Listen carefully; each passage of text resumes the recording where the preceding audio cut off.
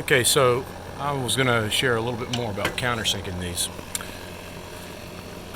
If you look right here, this is a countersinking drill bit, and if you look at the end of it, this part right here, that is in the shape of the head of a screw.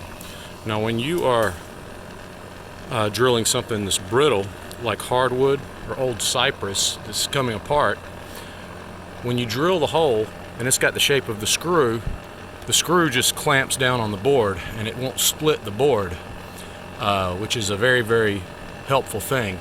Most of the time now you don't have to do that with board that you get from a lumber yard because we use very, very soft woods that'll compress, but harder woods do not compress. So you need a countersinking drill bit. You don't have to use expensive screws once you've got a countersinking drill bit, but I'll show you how it works. See, on this board, there's a crack here. You can see where the board changes trajectory right here. So we know that there's a crack right in this spot.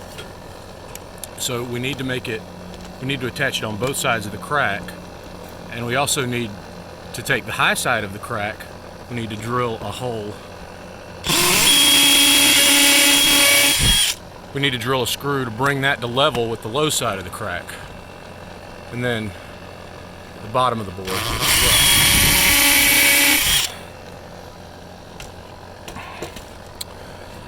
Okay, and this is sinker cypress. You can see that's a really, really dark piece. It's pretty hard, but the pieces, they kind of vary in quality. These aren't selected pieces, but if you look at the shape of those holes, that little divot at the top is the shape of these screws. So I'm going to put these screws in. I'm just going to show how we do the boards. And if it doesn't do the thing that I'll show you where it did do it. So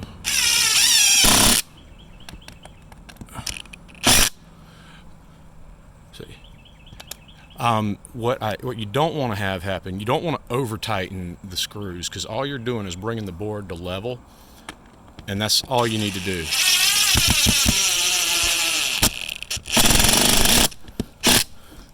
See, so that brought that whole little messed up spot to level where there was a crack, and then this one right here. Now this might push a nail up, which would be cool. It didn't. But you can see when I'm doing that, I changed the level of popped out quite a few of these old nails just by pulling the board down. But that's making the house a lot tighter. I've had to take out old caulk to get the boards to pull tight.